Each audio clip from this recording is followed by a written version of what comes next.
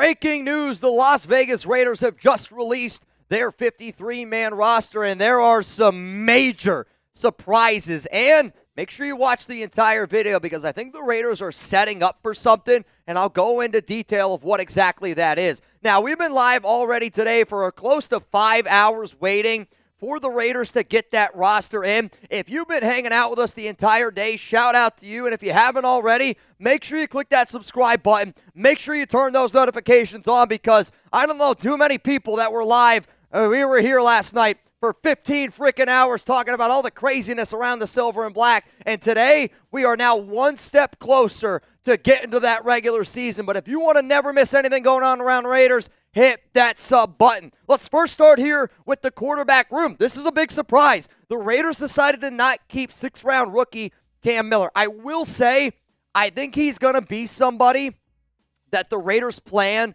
on trying to bring him back for the practice squad. I think Cam's kind of perfect for what the Raiders are looking for from a practice squad standpoint. For Aidan O'Connell, though, he's got a fractured wrist. He's going to be out 6 to 8 weeks. They're going to put him on the short-term IR, which when they do that, that's going to free up a roster spot. In my mind, that means the Raiders are eyeballing a certain player. That tells me that this team's going to try to go out and bring in at least one more name to add to that quarterback room. Now, maybe it's not a quarterback. Maybe it is a QB, but maybe they figure they can put somebody else out there. The overpay now for Kenny Pickett, slight overpay, the 5th-round pick, now makes a little bit more sense with them deciding to move on from Cam Miller because they're going to roll with 2 quarterbacks for week 1 because Aidan's not going to be available. If Aidan's unable to come back week 5, then he's going to be done for the season because of that. They're going to put him on short-term IR.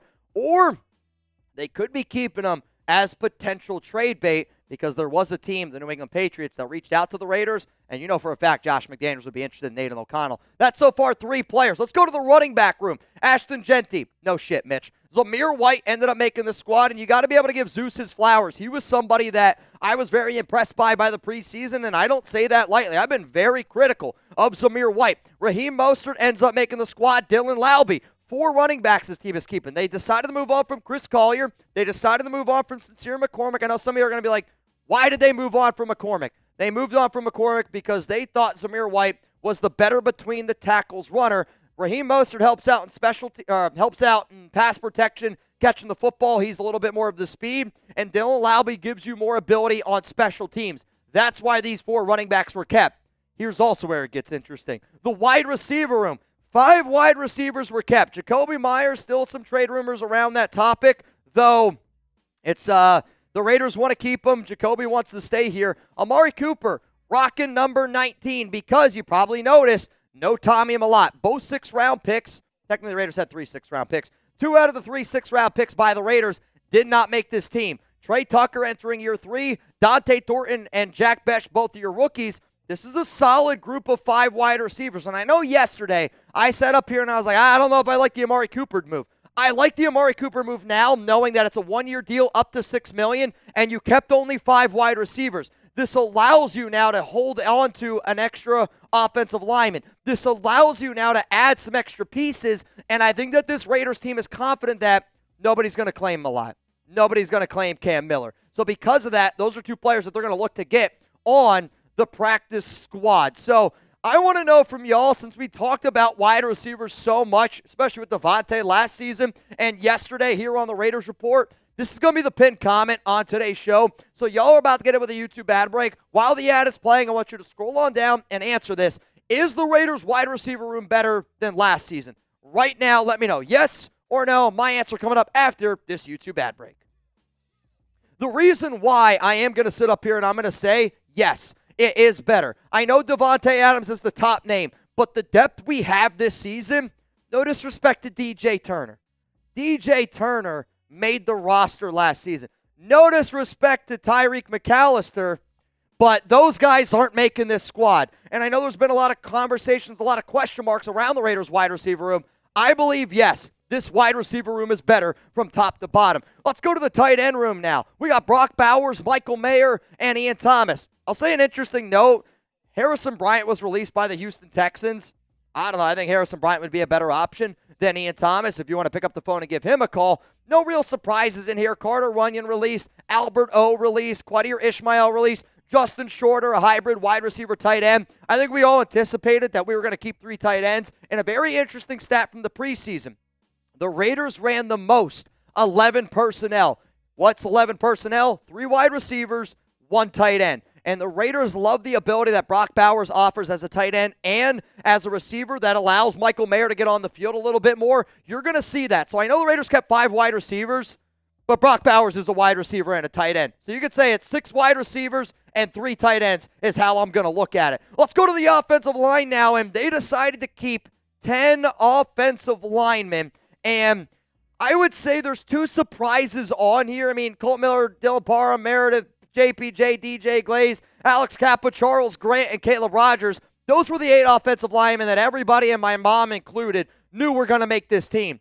I am surprised and yet not surprised that Thayer Munford still makes this roster because there's not a single person that breathes air that has any confidence in that man to protect any type of blind side. But for Will Putnam to make the squad, that tells me that they liked his ability playing on the interior, and they liked his ability as a backup center. There were some rumors that I heard recently about the Raiders not being confident in JPJ's, we'll call it mental ability to be a center for this squad. And I do wonder if a guy like Jordan Meredith were to go down, in my mind, I would say JPJ goes and plays center. You might bring in Alex Kappa.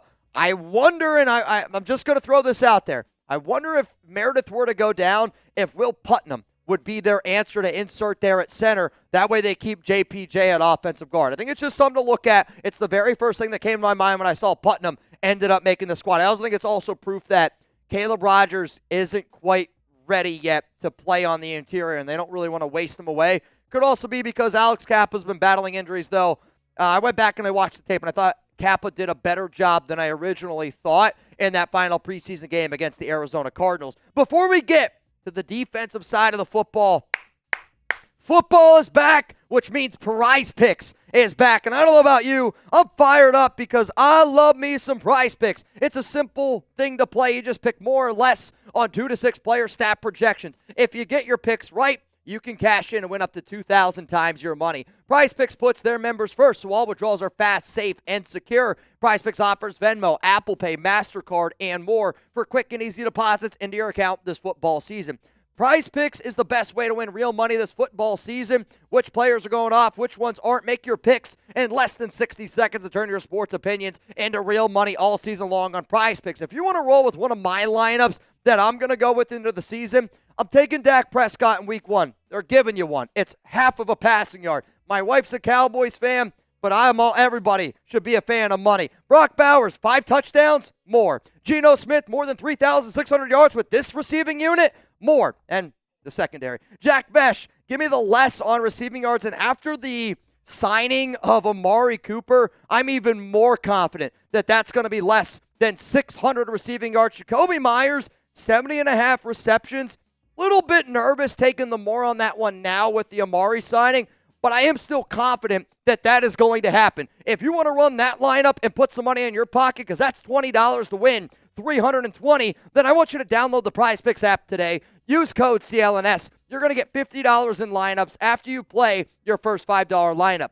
That is code CLNS to get $50 in lineups after you play your first $5 lineup. Prize Picks, run your game, and just so all y'all know, those links are going to be available to y'all down in the comments, down in the description of today's show. Play $5, get $50 instantly with our sponsor, Prize Picks. I love them. I think you guys would love them as well, and I'm telling you right now, you're going to have a lot of fun this season playing with Prize Picks. Let's go to the defensive side of the football, and I know it says defensive ends, and I know Tonka Hemingway's on here, but Tonka Hemingway was originally listed by the Raiders as a defensive end. So from a keeping track of a 53-man roster perspective, I've just added him to the defensive end. I hope that you guys understand. But Tonka's going to play defensive end and DT. Tyree Wilson going to play defensive end and DT. I think it is also notable that Charles Snowden made the roster. I'll say it again for probably a millionth time. He's going to get suspended at some time this season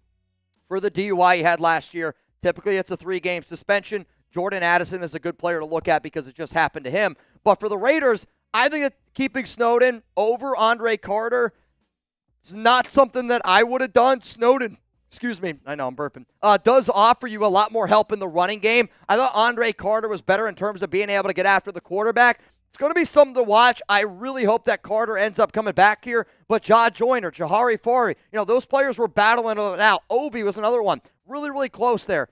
I think this is very chalk of the defensive ends that they decided to keep, and I don't really think there's too many big surprises there. At defensive tackle now, Adam Butler, easy. Thomas Booker, the Raiders player that they traded for Jacorian Bennett. Jacorian Bennett also made the Eagles roster. I know you guys were probably wondering about that. J.J. Pegues, the only 6th-round pick that made this Raiders roster squad. Janu Lalu, Leki Fotu, and, the Fotu move, I'm not really surprised about. You guys probably saw my 53-man video this morning, and I had Fotu making it over Zach Carter because of what originally happened when the whole Wilkins situation ended up going down.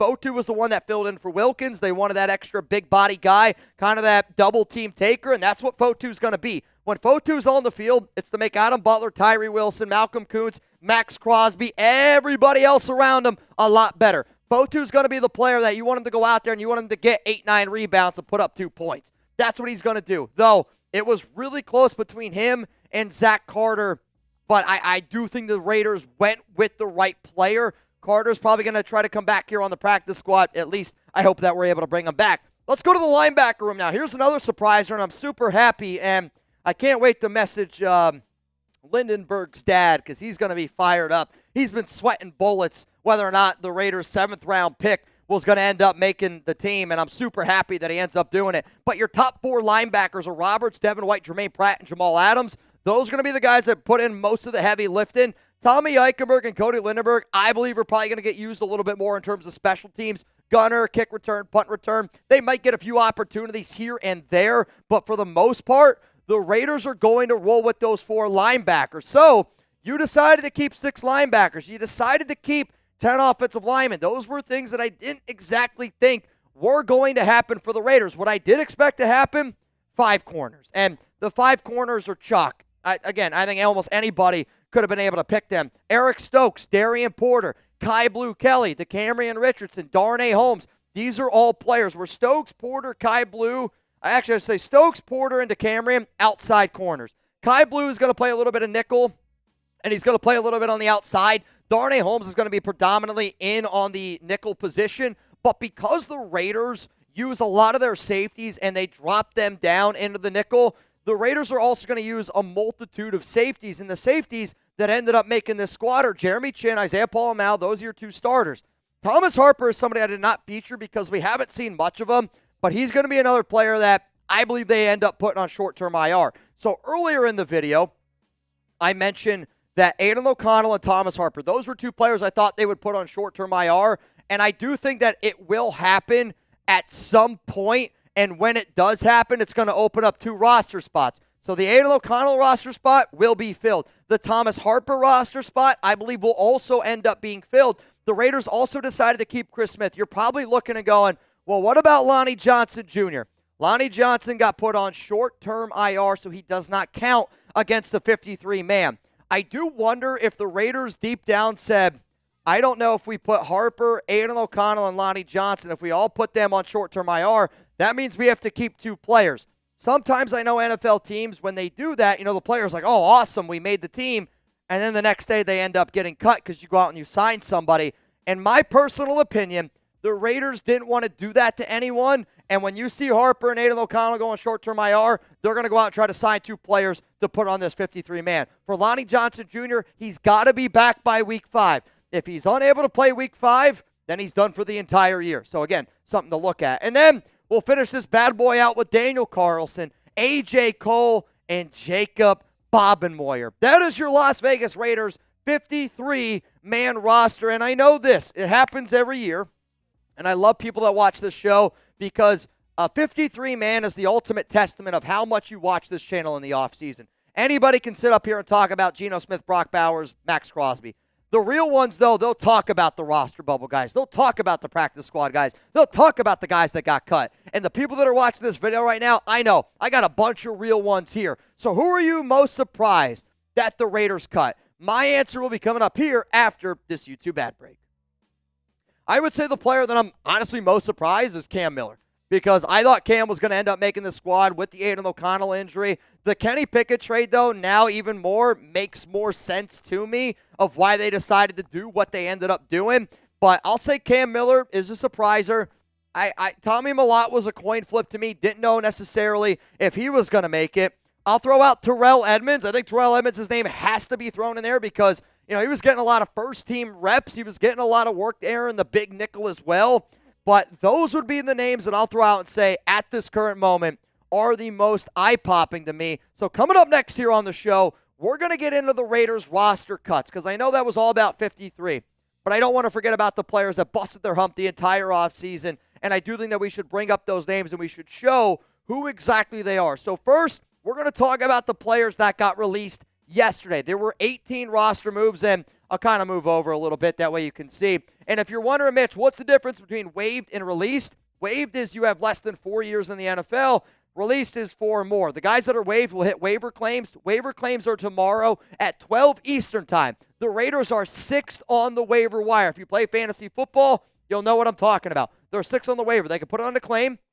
They'll get that player, and then they drop to the very bottom. If no other people pick, then they get another waiver claim. It's what can happen. I'll talk about some players that I want the Raiders to put claims in for because there are plenty and plenty of guys. It's probably actually going to be the video that y'all end up getting either tomorrow morning or, I don't know, maybe even a little bit later on tonight. But the players that were waived, this is the list from today. And then the first list was from yesterday. The released players are Bachman, Terrell Edmunds, Albert O. Not too many surprises. From yesterday, we got a bunch of names here. The names that I really, really want the Raiders to bring back from over here. Really want them to try to bring back Andre Carter. That's going to be somebody that I'll stand up on the table for and say he should have made the 53-man roster. I'll also go out on a limb. You can go to the next page because there's nobody else here that I want. So we got Andre Carter. Show me the other one, please. Yep. And then I think you could look at somebody like a Zach Carter could be an interesting name. I also think Lockie Tossie is going to be an interesting name. Greedy Vance is going to be an interesting name. And those are all going to be players that I could potentially see if the Raiders decide to move off from those other 2 names, could bring more guys in. But a lot of practice squad guys, a lot of players in here. I did try to project the practice squad earlier today on the Raiders report.